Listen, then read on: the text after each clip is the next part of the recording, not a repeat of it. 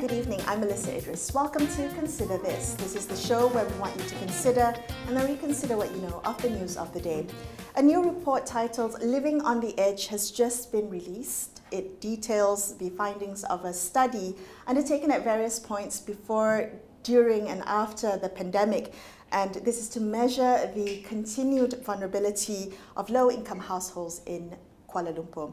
Now, this longitudinal study is a continuation of the Families on the Edge project, which was commissioned by UNICEF and UNFPA and was carried out by DM Analytics. So joining me on the show to discuss the initial findings of the Living on the Edge report, we have Dr Juanita Vasquez Escallon, who is the Chief of Social Policy at UNICEF Malaysia, as well as Dr Muhammed Khalid, lead researcher at DM Analytics. He's more affectionately known in the industry as Doc Mike. So welcome both of you to the show. Thank you for sharing this report with us. I want to delve deeper into it, but as we start the conversation, I'd like to begin with you, Juanita.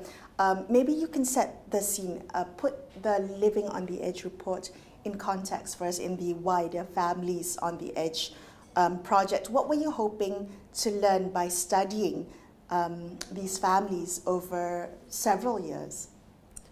So I think the first thing is that Families on the Edge wanted to look at what's happening, what's the impact of the pandemic, what's the impact of COVID-19. Everybody had that question, right? MCO, the different things, what's happening with the most vulnerable. And as that faded, we recognized, okay, poverty is dynamic, and right now we have a context of an increased cost of living. And maybe that's something that is less sensational. Maybe that is something that people don't talk about as much as COVID-19, but can still have pretty big impacts on those that are most vulnerable. So we wanted to say, okay, how are they coping? We're seeing that there's economic recovery. We're seeing that there's growth, that employment is growing, that income is growing. Is this also the reality for these households? And if this is the reality, are they still being able to cope with the increased cost of prices? Are their children back in school? Yeah. Do they still have access to services? And this is what we wanted to do with Living on the Edge. Dr. Mike, you've been studying this for a long time. Why focus on low-income households in KL? Why focus on their experiences? Why are they considered the canary in the coal mine? There are multiple reasons, Melisa. Number one, we have seen the shift of poverty from rural areas to more to urban areas, and in KL in particular, because it's the richest state. If KL is a country, it's already high income country. 20 years ago, I think 2004, already reached high income country. Poverty rate in KL is less than 2%. Hardcore poverty is 0%. But we should look beyond averages. When you look beyond averages, you zoom. There are groups, sizable groups, who that pass through the cracks, who remain vulnerable. And they are with us, they are us. You can see them, it's visible. It's not like in Gua Musangga, Kuala Kedah, Manahalaga, it's right in KL. And when we see this, when we focus on this group, then you realize that despite that employment has recovered, despite GDP per capita of the state is OECD level, there are groups who are extremely vulnerable, where poverty rate is much worse than many countries. Why is the poverty rate in these low-income households that you studied, that you surveyed, why was the incidences of poverty, both absolute and relative poverty, higher than the national average? We hear constantly that the government says, hardcore poverty has been eradicated, particularly in KL. So why are we still seeing high levels of poverty within these areas? In KL, if you look at the KL poverty level, it's about 2,800. Anybody below 2,800 is considered poor. In national, about 2,005. Cost of living in KL is slightly higher. Income for this group, many of them in low cost rate, is very low.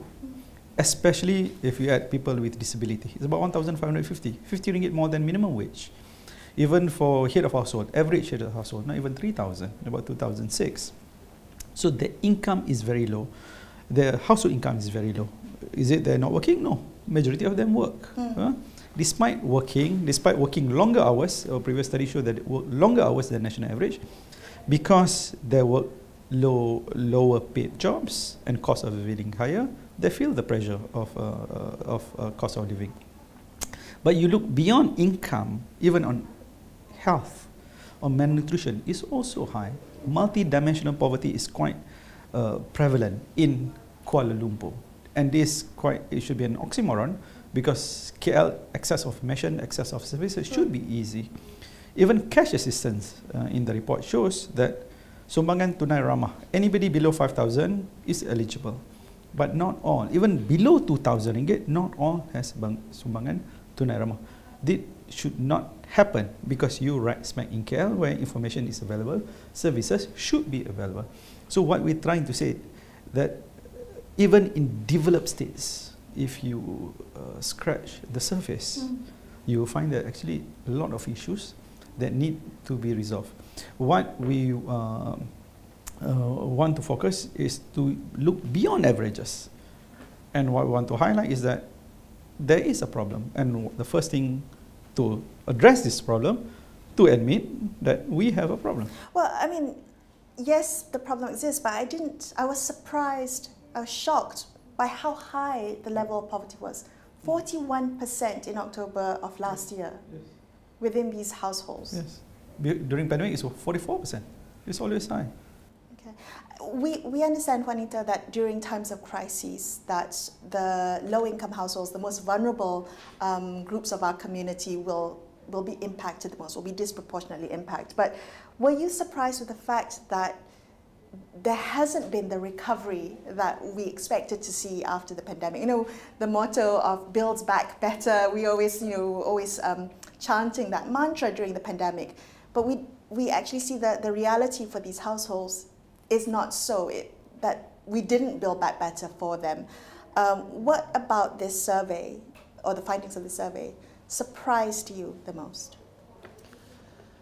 I guess, unfortunately, they didn't surprise me as much, because I think we continue to see that at some point, you're depleted.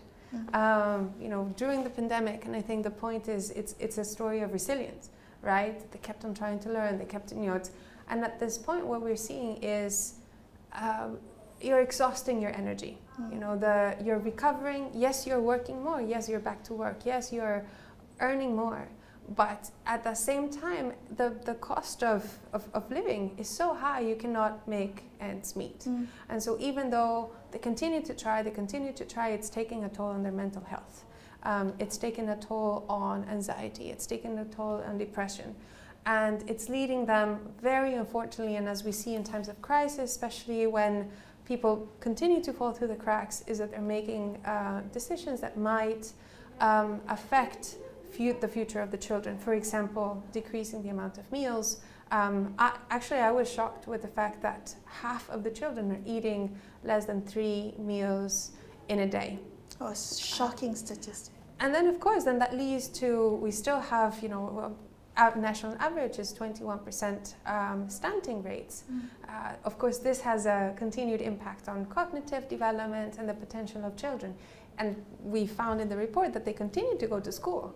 So if they continue to go to school with proper meals, with the proper support, you can break the cycle of poverty. But you need that support. You need that proper safety net. You need to prevent people falling through the cracks as crises evolve. Right. So the study found the way these households coped was by working harder, by working longer, by cutting back expenses, by eating fewer meals. But the children in the household eating fewer meals. Talk to me about what that means in terms of not just malnutrition, but nutritional poverty for these households.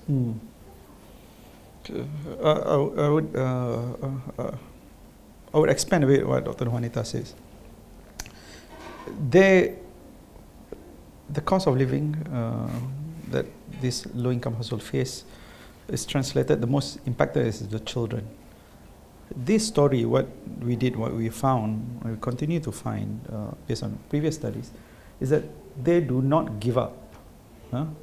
That's why we said in the title of the report, living on the edge. It's between, then tak jatuh, on the edge tak jatuh, never. Pandemic tak jatuh, now cost of living tak jatuh. In our Malay title is ranjau sepanjang jalan. There are challenges along the way, never give up. You asked Dr. Juanita what surprised her the most. What surprised me is that continue to surprise me. If I'm in the position, I think I'll be, I don't know how I'm going to manage it, but they manage it well. And not by asking. When we ask them, how do you mitigate the increased cost of living? Poverty rate is 40%, among children is much higher, among female-headed households is 59%. How do you mitigate? I cut back on non-essential food. I work longer. I work double jobs. I dip on my savings. I cut my expenses, including I eat less, me. There's a single mother who said, when I send my children for medication, I don't have enough food, I don't eat. I make sure he eats. Sacrifice, the story of sacrifice, of not giving up, so that children be better. So they do not rely or they do not depend on government. It's a very rational, very proud attitude that all of us should aspire to be. We should learn more than them, than they should learn from us. We have no rights to lecture them. So what do? Eat less. Spend less on non-essential items. What's the impact? When they eat less, children also eat less. And we've seen this even before pandemic. The number now is higher. Then we ask, what do you eat? More. If you eat less, how does your dietary change?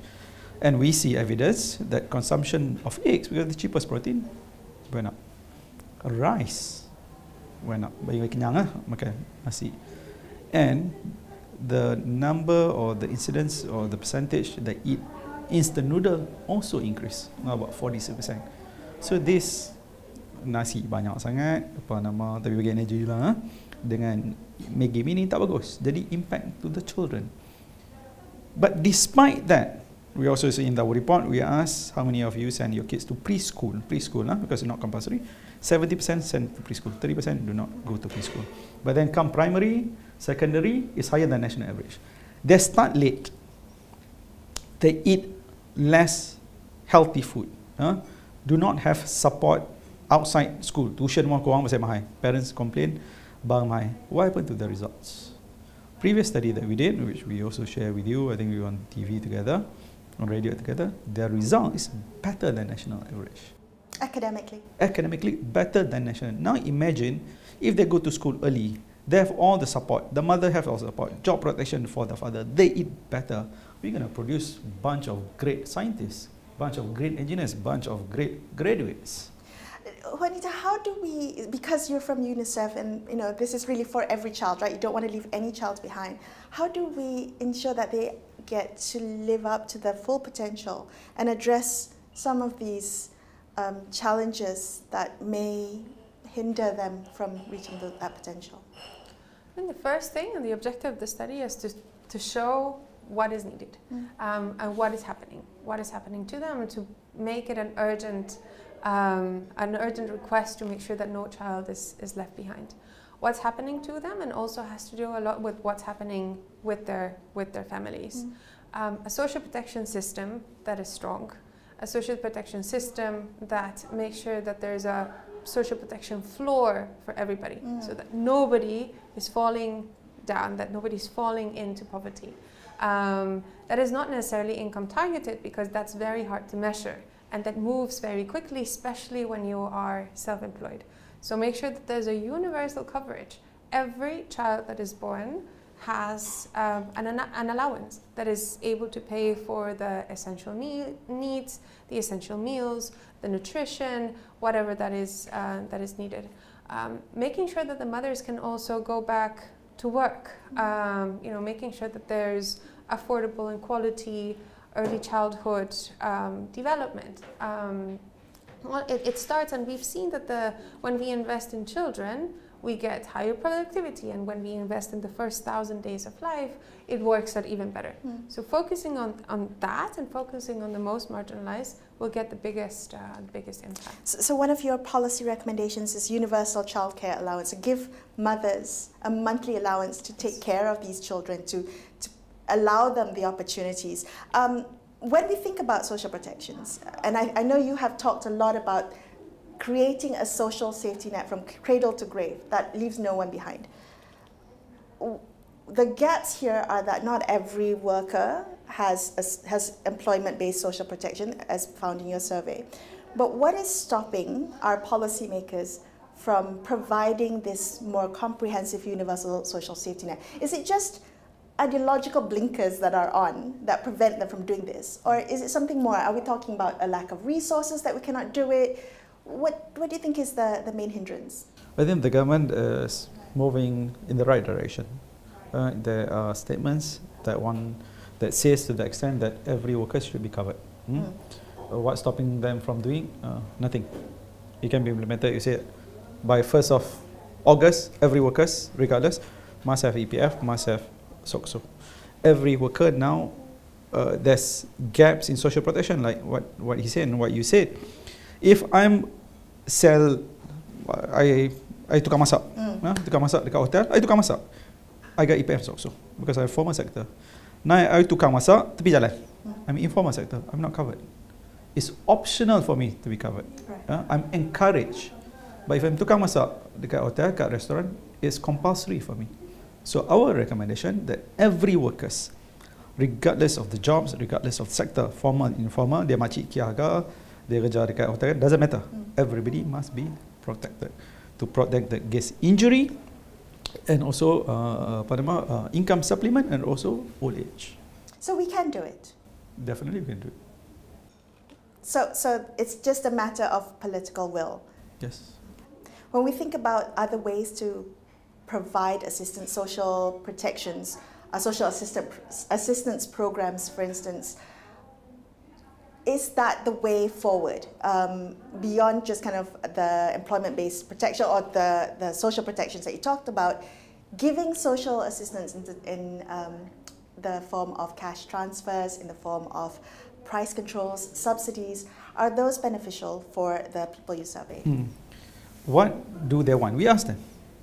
What do you think the most optimal policy options that government can introduce to make your life better, your children better? The number one most cited by this household, low income household, people thought more subsidy ke segala tok nenek. No, better wages for me, fair wages. That's what I want. That's why I said the report is about resilience, about not giving up, about taking charge, about being independent. Buku Saudara Ahmad, Ranjau Sepanjang Jalan, it's about that. Despite all the changes, I want to do better of my family, my family to do better. So higher wages is number one, I want. So number two, price control, continued cash assistance, even microcredit loan, especially to household headed by person with disability. The number two cited most reason that I want, apart from cash assistance, give me loans, easy loans, so I can do business. What is not useful to you, we ask, or less useful?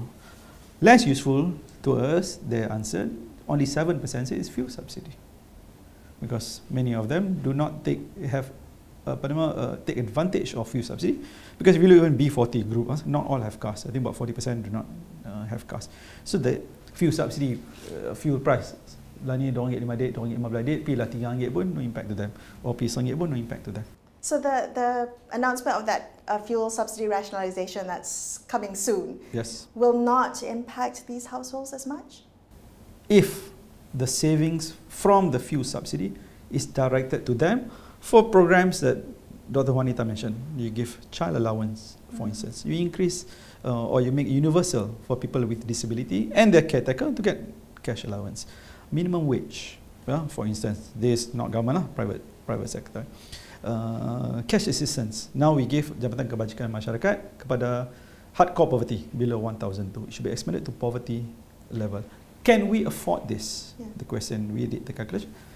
It is more than affordable.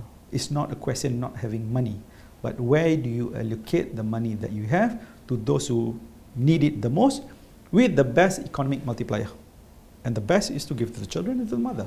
Right. You have upward mobility. I give to the rich, you put on your Mercedes or whatever fancy car, there's no productivity increase. Just to follow up on that, in terms of access to aid. So we have these new programs of Badu and the like. Will that allow for better targeted distribution of resources? In Malaysia, if you want to get assistance, you have to apply. I have to tell that I'm poor. And therefore, you have to declare that I'm poor. First, I have to go and register that I'm poor. Perhaps that in certain ways, perhaps that's better. Instead of targeting the poor, You exclude the rich. It's much cheaper, it's much faster. Then the issue, oh, he's not really poor, he's middle class. Who cares? How much are you going to give anyway? We're missing the forest for the tree, or the tree for forest, they're saying, right? Missing the forest for the tree, or the tree for the forest, one of those. Both works. Both works. Look, we sometimes too focus on who gets, who don't get this 2,500 ringgit. We forget subsidy or tax allowance that give to those who are not deserved. For instance, for EV cars, for instance, much higher. We don't talk about it. We sold about 13,000 EVs past 2 years, 2002, 2003. No sales tax, no excise duty, no road tax, no import duty. If I buy Porsche EV, I buy Mercedes EV, easily 300,000, funded or opportunity loss or tax forgone, easily. Because excise duty, tax duty, sales duty, they become 100%. You dapat. So I beli 300,000, I benefit 300,000. We don't focus on this. We focus either this guy should get 2,500 or this guy don't get 2,500. So it's a pointless discussion. Easier way to do it for child assistance, give to everybody. Then you say, oh, rich people get it. Okay, no problem. In income tax, if you can have tax deduction, extra 200 ringgit for anak orang kaya ni. So certain policies you want universal. Right. Certain policies you can target. The issue is not enough money. Now we targeted a lot of assistance which the government admit to non-deserving. EV car is expensive. Tax forgone is a lot. I buy my EV tak dapat exemption tax. Viva ke, abang Viva kan, tak dapat tax, sales tax, excise duty, import tax, road tax. I kena bayar kalau I buy Viva. I buy Porsche EV, Mercedes EV, I pay zero. It's not about your money. You want to reallocate to this group that really deserve it. It's not having not enough money. Should we cut subsidy like you asked earlier? Yes, we should cut. Do it gradually, but transfer the cash to this group. Don't say, oh, we're going to cut subsidy, kita improve public transport. I won't feel it. Right. We already did that in 2008. I want to follow up on that with this kind of targeted assistance. One of the things that struck me, which was not surprising, was the gendered dimension to the impact or the continued vulnerability of these households. We see that female-headed households continue to have more dire circumstances than the others. I think persons with disabilities are the ones that have the worst set of circumstances. But when we think about female-headed households and how we can help them level that playing field a little bit more so that these women who are clearly trying their very best for their families get a leg up, so to speak. What would you like to see in terms of helping these households? So I think women need to be able to care for their families, as well as men need to be able to care for their families. But they also need to be able to have access to the services to allow to have children kept in safe spaces, for example. So affordable and high quality childcare. Cash transfers. If we have high levels of unemployment, 30% of these women that we interviewed are unemployed, maybe higher wages might not reach them because they're not there. So cash transfers will still be quite important for them. And that's the beauty of universal programs. You know, they might not even have the time to apply. They might not have the time, you know, to go and find the time. They have the kid, they have, you know, all these things that are happening in a person's life. They might not know where to apply. They might not know how to get to the application, and they fall through the cracks. Universal programs are much cheaper to implement. You spend so much money targeting. You spend so much money ensuring that the targeting works correctly.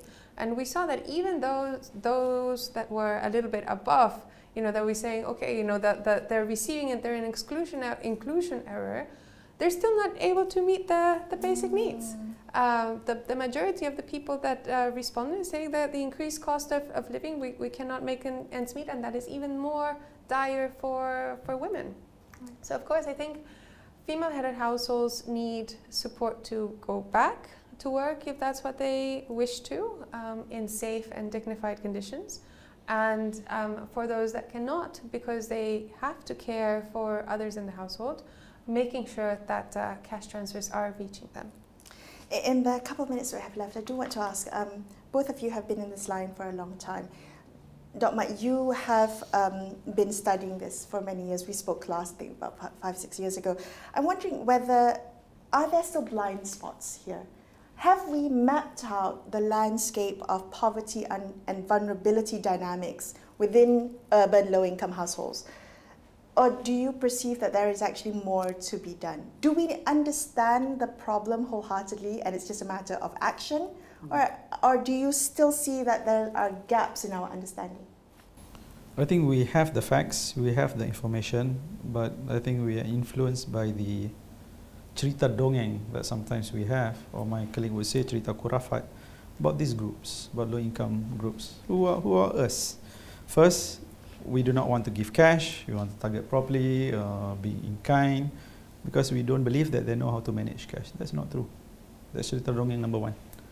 There's evidence during pandemic when the government gave them cash. We went interview. UNICEF was part of this. What do you use with the money? Two things. Number one, barang dapur, which means makanan lah. Kedua, children education. Is there instances of boleh rokok ke, people betul reta ke, whatever? Of course. But it's too small. Right. Majority know what's best to their family. You give me cash, I know how to use. That's why 3 out of 6 recommendations about giving direct cash. They know how to do it. For the children, give to the mother. The mother knows best. You want to help the children, help the mother first. Give cash. That we think, oh tak boleh, they don't know how to manage. Not true. Number 2, they're irresponsible. Anak ramai. Not true. Cerita dongeng number 2. Average number of children in low cost spec is 2.2. Beza dengan KL average, only one kid. Even in Terengganu, negeri yang pendudukan miskin, Kedah bersama, not even 3. Because they know the cost of raising a child is expensive. I want the best for them. They also know education is important. Nutrition is important. But kewangan ni susah. Ada satu mak tu, I mentioned during presentation just now, tak ada duit bawa pergi hospital, bawa pergi klinik, dia bawa pergi, duit tak cukup ni, what does she do? Dia tak makan. So that the kid is healthy. Kita banyak cerita dongeng. We say, oh, we know what's best for them. We do not know. They know. This report proof they know what's best for them. This report proof that despite all these challenges, they still do well. We need to support them. We need to make sure the playing field is level. We know this, but I think we influenced by certain wrong misconceptions. Both of you, thank you so much for sharing your insights with me today. I appreciate it. Thank you. Thank you. That's all we have for you on this episode of Consider This. I'm Melisa Idris, signing off for the evening. Thank you so much for watching. Good night.